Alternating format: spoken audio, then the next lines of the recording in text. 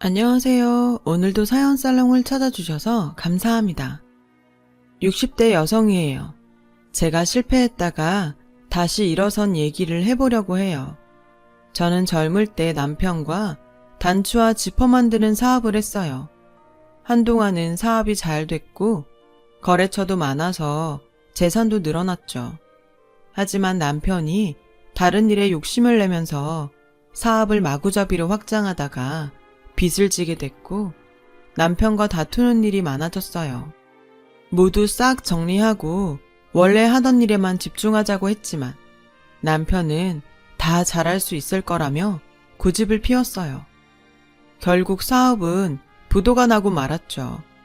남편은 그게 다 제가 자기를 믿어주지 않아서 생긴 일이라며 모든 책임을 저한테 돌리더라고요. 매일 싸우기만 하던 저와 남편은 서로에게 지쳐서 이혼 서류에 도장을 찍고 헤어졌어요. 그때가 40대였고 딸아이는 초등학교 5학년이었어요. 앞으로 한창 돈 들어갈 일만 있는데 제 수중에 돈은 없고 빚만 있어서 정말 막막했죠.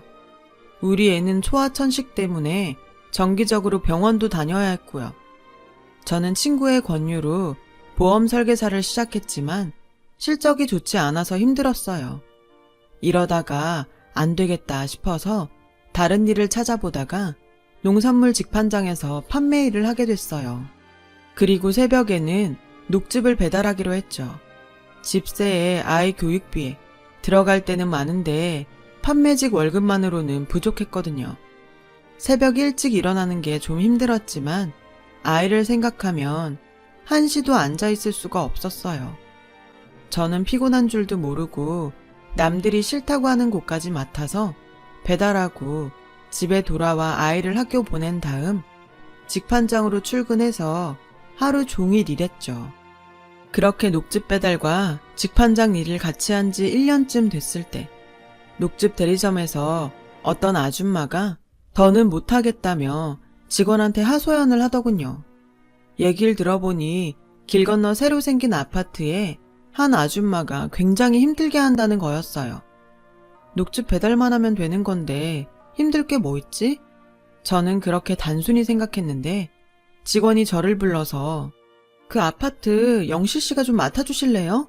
아무도 안 하려고 해서 저희도 지금 너무 곤란하거든요. 대신에 월급 좀 올려드릴게요. 부탁해요. 네? 저는 월급을 올려준다는 말에 그 자리에서 알았다고 했어요. 그러자 다들 저를 걱정스러운 눈으로 보더군요. 저와 친하게 지내는 언니는 진짜 괜찮겠어? 거기 진상이 우리가 아는 수준이 아니래. 성미 씨 그만두는 거 봐. 돈도 좋지만 그러다 괜히 몸도 마음도 상한다고. 라며 걱정했지만 저렇게까지 부탁하는데 해보지도 않고 안 한다고 할 순 없잖아요. 그리고 전 한푼이 아쉽고요. 성질 안 건드리게 조심하면 별일 없겠죠. 라며 괜찮다고 했어요. 그리고 그 다음 날부터 그 아파트까지 돌기 위해 더 일찍 집을 나왔어요. 한 일주일 정도는 별 탈 없이 배달을 했어요. 사실 현관에 매달아 놓은 가방에 녹즙을 넣기만 하면 돼서 집에서 누가 갑자기 나오지 않는 이상 사람들이랑 마주칠 일도 별로 없었거든요. 그 아파트도 다른 곳과 마찬가지였어요. 어느 날 아파트에 녹즙을 배달할 때였어요. 그 아파트에 녹즙을 먹는 사람이 많아서 15층부터 차례대로 내려오면서 배달을 했거든요. 그러다가 11층 한 집에 녹즙을 넣고 계단을 내려가려는데 문이 열리더니 한 아줌마가 나오더군요. 나이는 저와 비슷해 보였는데 팔짱을 끼고서 저를 쳐다보는 눈초리가 꼭 자기가 저보다 더 높은 사람인 것처럼 느껴지더라고요. 거기요. 내가 녹즙 오는 시간을 봤더니 요새 계속 5시 50분에 오던데 전보다 10분 늦어졌어? 녹즙은 신선한 게 생명인데 자꾸 이런 식이면 곤란하지. 그 여자는 대뜸 반말을 하면서 불평을 늘어놓았습니다. 저는 이 사람이 그 유명한 진상이라는 걸 단번에 알아챘죠. 그래서 말해봤자 시끄러워질 게 뻔해서 제가 15층부터 내려오면서 배달하느라 그랬는데요. 내일부터는 여기 먼저 넣을게요. 라며 좋게 말했더니 알아서 잘 좀 하지. 꼭 얘기를 해야 제대로 하더라. 라고 하고는 녹즙을 꺼내서 문을 탕 닫고 들어가 버렸어요. 저는 기분이 나빴지만 이 정도면 견딜만 하겠다고 생각했어요. 하지만 그 여자의 잔소리는 날이 갈수록 심해졌어요. 녹즙 넣을 때 대문에 부딪혀서 소리 나지 않게 해라. 유통기한 표시가 이상한데 다시 찍은 거 아니냐. 오늘은 어제보다 1분 늦게 넣었다 등등. 제가 배달하는 시간에 일부러 지키고 서 있다가 불평을 하더라고요. 저는 그때마다 죄송하다, 주의하겠다, 일찍 오겠다라고 좋게 말하면서 넘어갔지만 매번 다른 일로 잔소리를 하니 점점 피곤해졌어요. 하지만 대리점에서는 한 명이라도 배달이 끊기면 안 된다면서 비위 좀 잘 맞춰주라면서 오히려 저를 더 밀어붙였죠. 그런데 한 번은 제가 그 집에 녹즙을 배달하고 계단을 내려가는데 그 집 여자가 문을 빼꼼 열더니 쓰레기 봉투를 내놓으며 아줌마, 내려가면서 이것 좀 버리고 가. 라는 거였어요. 죄송하지만 제가 배달 때문에 그걸 들고 내려갈 수가 없는데요. 그리고 그건 쓰레기인데 쓰레기 쥐었던 손으로 녹즙 배달하는 걸 알면 사람들도 기분 나쁘잖아요. 그건 사모님이 버리시는 게 좋을 것 같아요. 라고 하자 아줌마, 그거 배달하고 얼마 받아? 그 돈이 다 내가 내는 돈에서 나가는 거야. 당신 받는 돈의 일부를 녹즙 값이라고 퉁쳐서 받아먹는 거라고. 그럼 잔말 말고 해야지. 그리고 이 새벽에 쓰레기를 들고 내려가는지 다른 봉투를 들고 내려가는지 다른 사람들이 알게 뭐야. 배달 끊어버리기 전에 얼른 갖다 버리고 가. 라며 제 손에 억지로 쓰레기 봉투를 떠넘기고는 문을 닫고 들어가 버리더군요. 너무 기가 막혔지만 일단 쓰레기 봉투를 계단 구석에 놓고 얼른 녹즙을 돌린 다음에 엘리베이터를 타고 다시 올라가서 쓰레기 봉투를 갖고 내려와 버렸어요. 그러고 보니 경황이 없어 10층을 빼먹은 것 같더라고요. 다시 올라가서 녹즙을 넣어두고는 버릇이 돼서 비상계단으로 내려오는데 눈물이 펑펑 나더라고요. 저는 소리 죽여 울면서 다음 층으로 갔죠. 그런데 거기서 한 아주머니가 나오시더니 저를 부르시더라고요. 새벽부터 고생이 많으세요. 이것 좀 드셔보세요. 라며 피로회복제를 주시는데 저도 모르게 펑펑 울었어요. 아주머니는 말 없이 따뜻하게 제 손을 잡아주셨죠. 11층 여자는 그 후에도 쓰레기 버려라, 파 한 단 사다 달라, 정말 이해 안 되는 갑질을 계속했지만 그럴 때마다 10층 아주머니께서 저를 다독여 주셨고 저도 그 덕에 힘을 내고 다닐 수 있었어요. 그러면서 서로 얘기를 나누게 됐고 조금씩 친해졌죠. 한 번은 11층 여자가 자기 아들 소풍 간다며 새벽 장사하는 분식집에서 김밥이랑 라볶이를 사다 달라고 하는 거예요. 저는 진짜 이를 악물고 이번이 마지막이라는 마음으로 심부름을 했어요. 그런데 그 다음날 아파트 공동현관에서 저를 기다리던 그 여자가 자기 아들이 그거 먹고 식중독에 걸렸다며 난리를 피우는 거였어요. 우리 아들 어떡해, 우리 아들. 괜히 남이 준 거 먹여가지고 멀쩡한 애 망쳐놓고. 사모님, 진정하세요. 아이 곧 괜찮아질 거예요. 라고 하는데 갑자기 그 여자가 제 뺨을 철썩 때리더군요. 순간 정말 눈에서 불이 번쩍 하는 것 같았어요. 얼얼한 뺨을 쥐고 주변을 보니 사람들이 전부 저를 쳐다보고 있었어요. 너무 창피하고 수치스러워서 자리를 뜨려는데 아니, 해도 너무하네요. 내가 새벽에 봤는데 아줌마가 여기 배달하시는 분한테 아들 소풍 간다고 분식집에서 김밥하고 라볶이 사다 달라고 하지 않았어요? 라는 말해보니 10층 아주머니가 계신 거였어요. 그게 이분 잘못도 아니고 솔직히 소풍 김밥은 아줌마가 싸줬어야 되는 거잖아요. 이분은 심부름한 것밖에 없는데 그렇게 뒤집어 씌우면 안 되죠.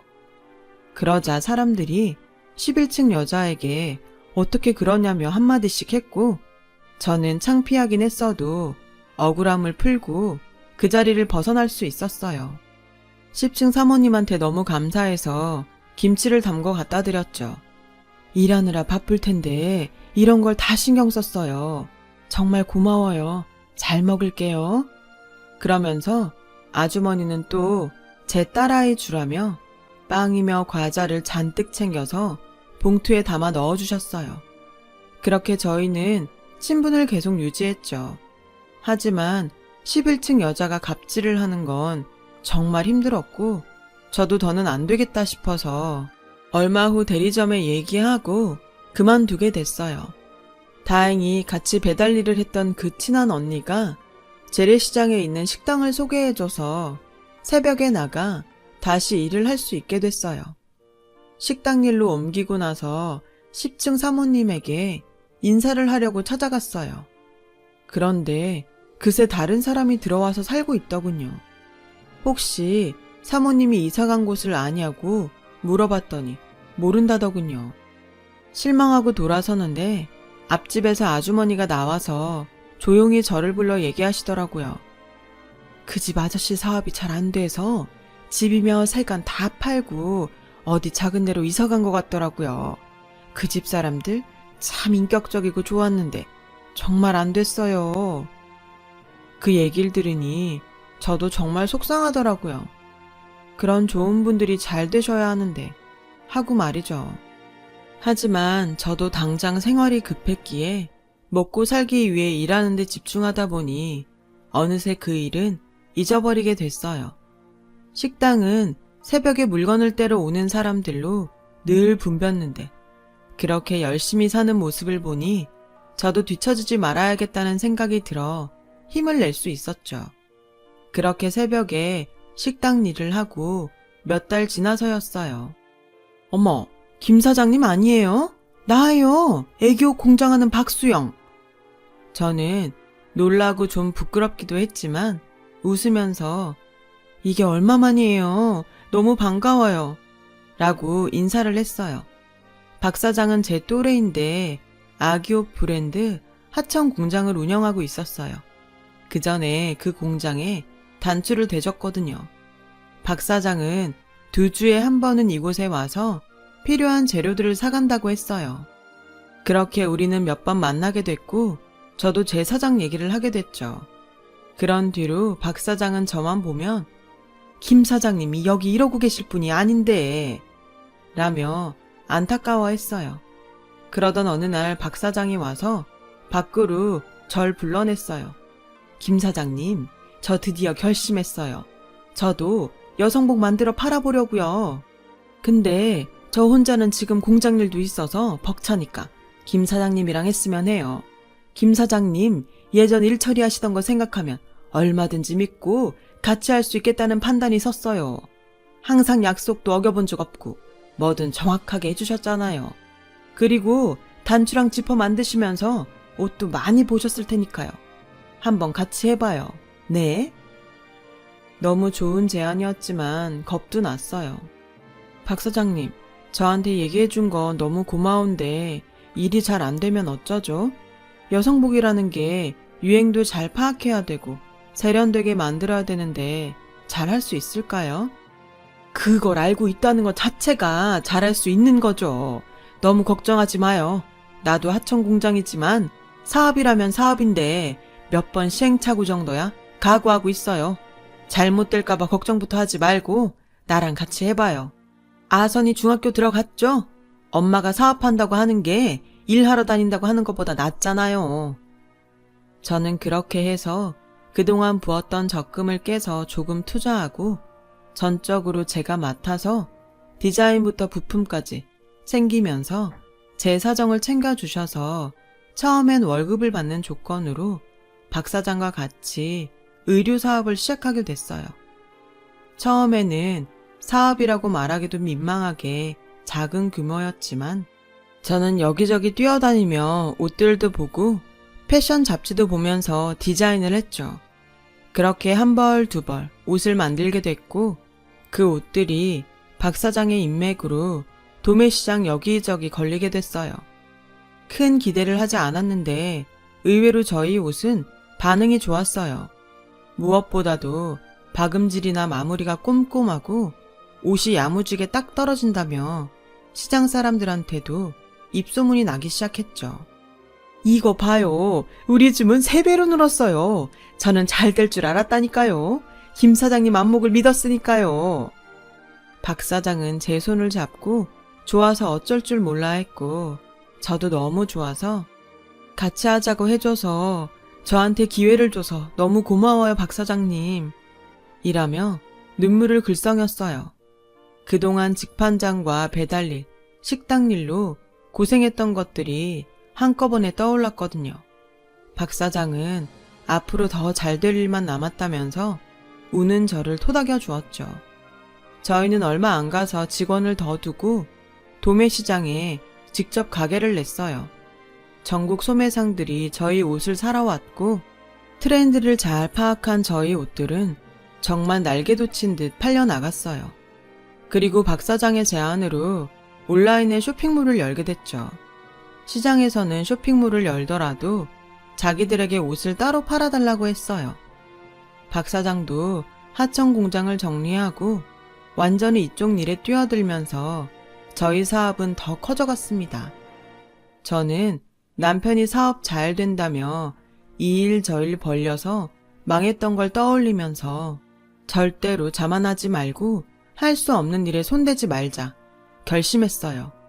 그렇게 해서 아이가 대학을 졸업할 때 즈음에는 저희 쇼핑몰이 옷에 여성 구두와 가방까지 만들면서 자리를 잡았어요. 사업이 안정되면서 저는 적절히 투자도 하며 돈을 굴렸죠.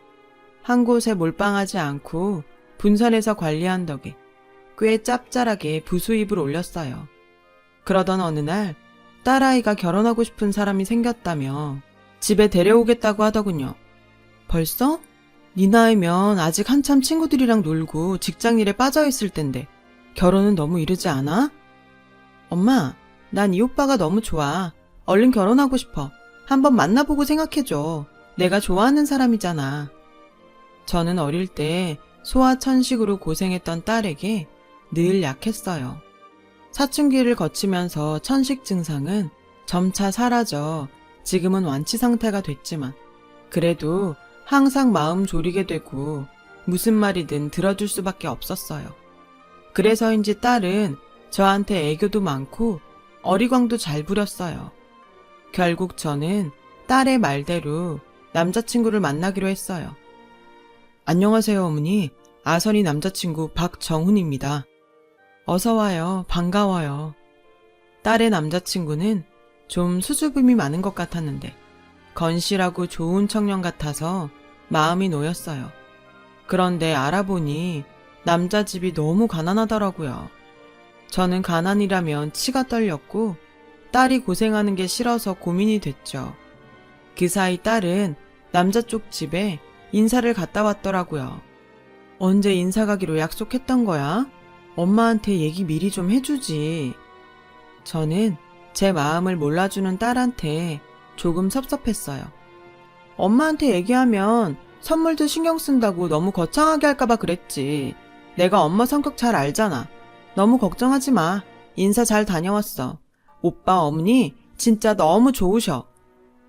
그래, 나도 그 사람 좋은 건 알겠는데 집이 너무 힘들잖니. 난 네가 고생할 것 같아 싫다. 엄마도 엄마 힘으로 이만큼 해냈잖아. 우리도 그럴 거야. 걱정하지 마. 그래도 저는 결혼 승낙을 차일피일 미루다가 일단 그쪽 어머니가 만나자고 했다는 연락을 받게 됐죠.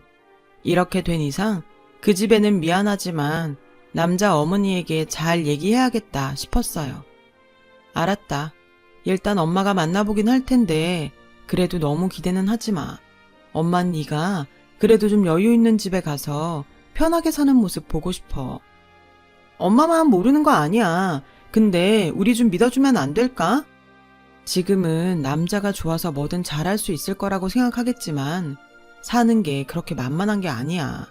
엄마가 다 겪어봐서 잘 아니까 하는 말이야. 어쨌든 정훈이 어머니 만날게. 예의에 어긋나는 일은 안 할 테니까 그건 걱정 말고. 그런 걱정은 안 해. 엄마가 그럴 사람도 아니고. 딸은 말은 그렇게 하면서도 못내 원망스러운 눈으로 저를 보더군요. 그리고 약속 날이 돼서 만나기로 한 카페로 갔어요. 남자 어머니는 좀 나이가 있어 보이고 수수한 차림이었지만 인상이 따뜻하고 좋아 보였어요. 사업하시느라 힘드실 텐데도 딸을 참 잘 키우셨어요. 저희한테 아선이 같은 며느리 과분하다는 거 잘 압니다. 우리 집이 변변하지 않아서 걱정하시는 부분도 이해하고요. 그래도 아이들이 저렇게 좋다고 하니 저는 둘이 어른들 때문에 헤어지면 너무 상처를 받지 않을까 걱정이 돼요. 너무 맞는 말만 하니 할 말이 없어지더라고요. 게다가 인품도 너무 좋고 선해 보이셔서 결혼 못 시키겠다는 말도 못하고 차만 마시고 있는데 이상하게 낯이 익다는 생각이 들었어요. 처음 볼 때부터 어디서 본 것 같은 인상이었거든요. 그래도 어디서 봤는지 생각이 나질 않았어요.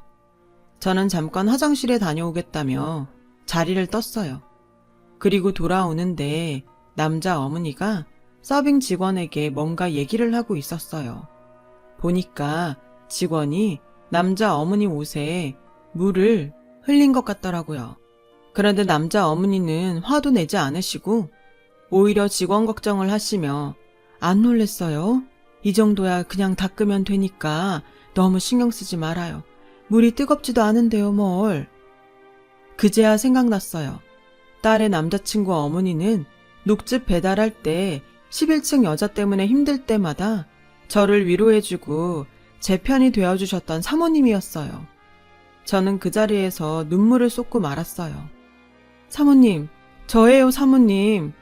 아선이 어머니, 갑자기 왜 이러세요? 진정하세요. 그새 무슨 일 있으셨어요? 저예요, 저. 예전에 땡땡 아파트에 녹즙 배달하던 사람이요. 그러자 사모님이 저를 다시 자세히 보시더니 제 손을 잡고 반가워 어쩔 줄 몰라 하셨어요. 어머, 정말 그러네요.